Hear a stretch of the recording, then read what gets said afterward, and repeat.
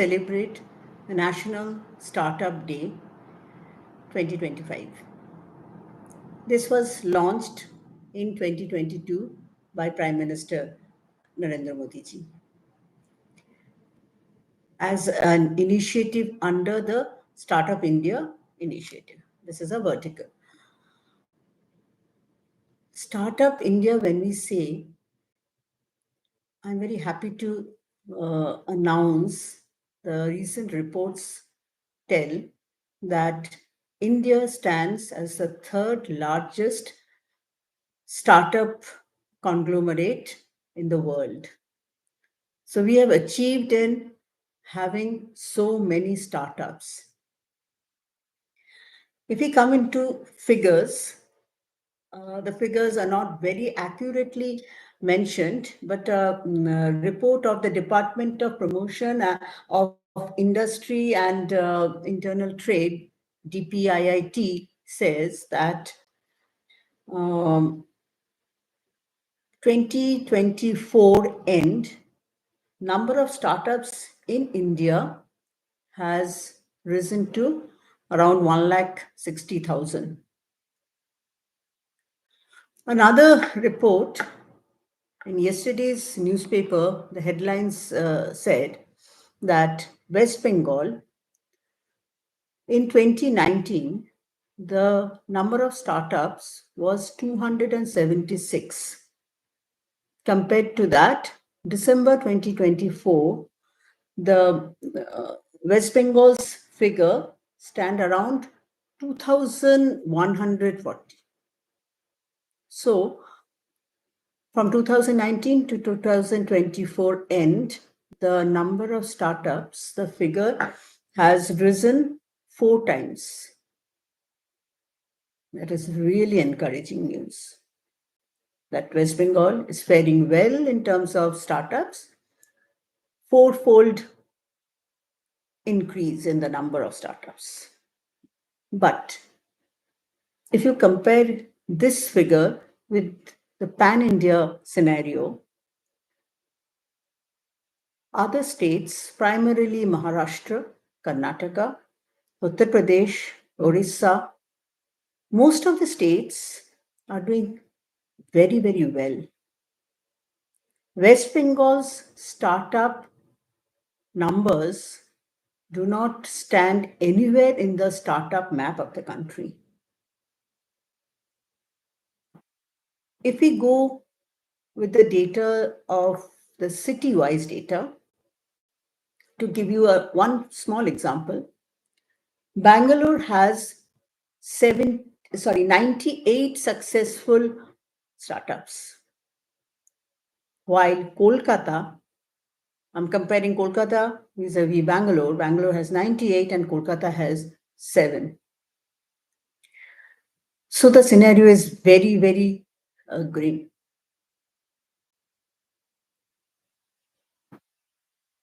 So what to do? Why isn't Bengal coming up in terms of entrepreneurship, in terms of startups? Now, if we go back 100, 150, 200 years back, what was the scenario of entrepreneurship in Bengal? Acharya Prafulla Chandra Rai, a scientist, an eminent scientist.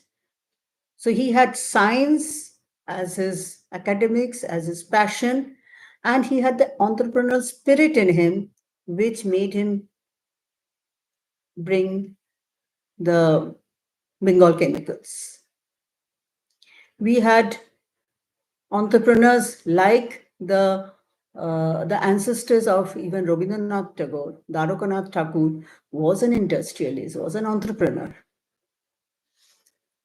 Let us come a couple of years ahead, and we'll find Peerless. We'll find Ananda Bazar Patrika, the AVP group. We'll find very young group, the Techno India group. Today, Techno India is 40 years old. So I would call it a young group. Techno India, the the managing director, the founder managing director, and the chancellor of Sister Nivedita University, Sri Shottam Rai Chaudhuri, what he and his brother Gautam Rai Chaudhuri, they were first generation entrepreneurs. So Bengal has in its blood, in its genes, this entrepreneurial spirit. Let me give you another example. Yesterday, I was at Indian Statistical Institute and was just discussing there. The founder of Indian Statistical Institute, as you all know, is Dr. P.C. Mohalanobish. ISI is 90 years old.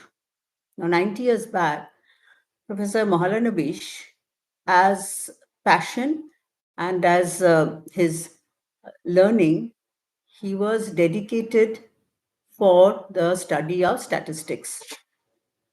At the same time, he had an entrepreneurial spirit in him. So both the spirit and the passion got clubbed together, and ISI, the Indian Statistical Institute, was born, which is the largest in the country and a renowned institute in the world. So Bengal has had these stories. Why can't our youngsters, why would I say youngsters, even people like us at this age, we should be entrepreneurs? Now you might say, why? Why run after creating a business? Why not take up a job, have a risk free, settled life? Think of another end of it. When you get employment, you earn and support your family. But if you start an enterprise, start your own business, be a startup, you will employ 1, 2, 5, 10, 50, hundreds, and so many families you'll be supporting in addition to your own. So startups are, as it is, the business scenario of this country is very dynamic. And startups are the power generation of the industrial scenario. Startups bring in innovative ideas. Startups bring in technology-driven concepts. Startups generate employment. Endless. Where was Ola, Uber, Zomato, Swiggy, Urban Company? Where were they just a few years back? We had never thought of ordering our groceries or ordering our tasty food sitting right back on our bed. But that's happening. So, what the actual need is, identify the market needs, the demand of the market, identify your passion, your talent, match these two. Once your passion, your talent gets matched with the market need, market demand, success is there. No one can hold you back.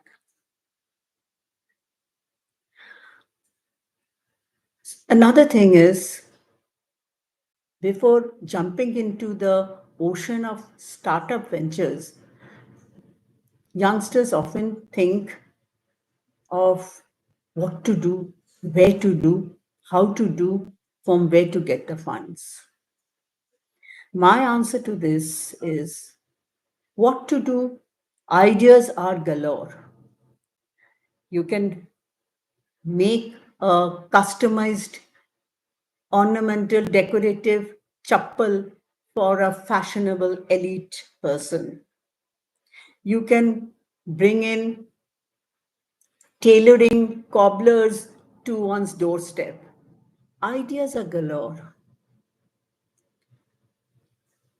Technology driven or not driven. Deep tech ideas, anything can be taken up. Next is how to do.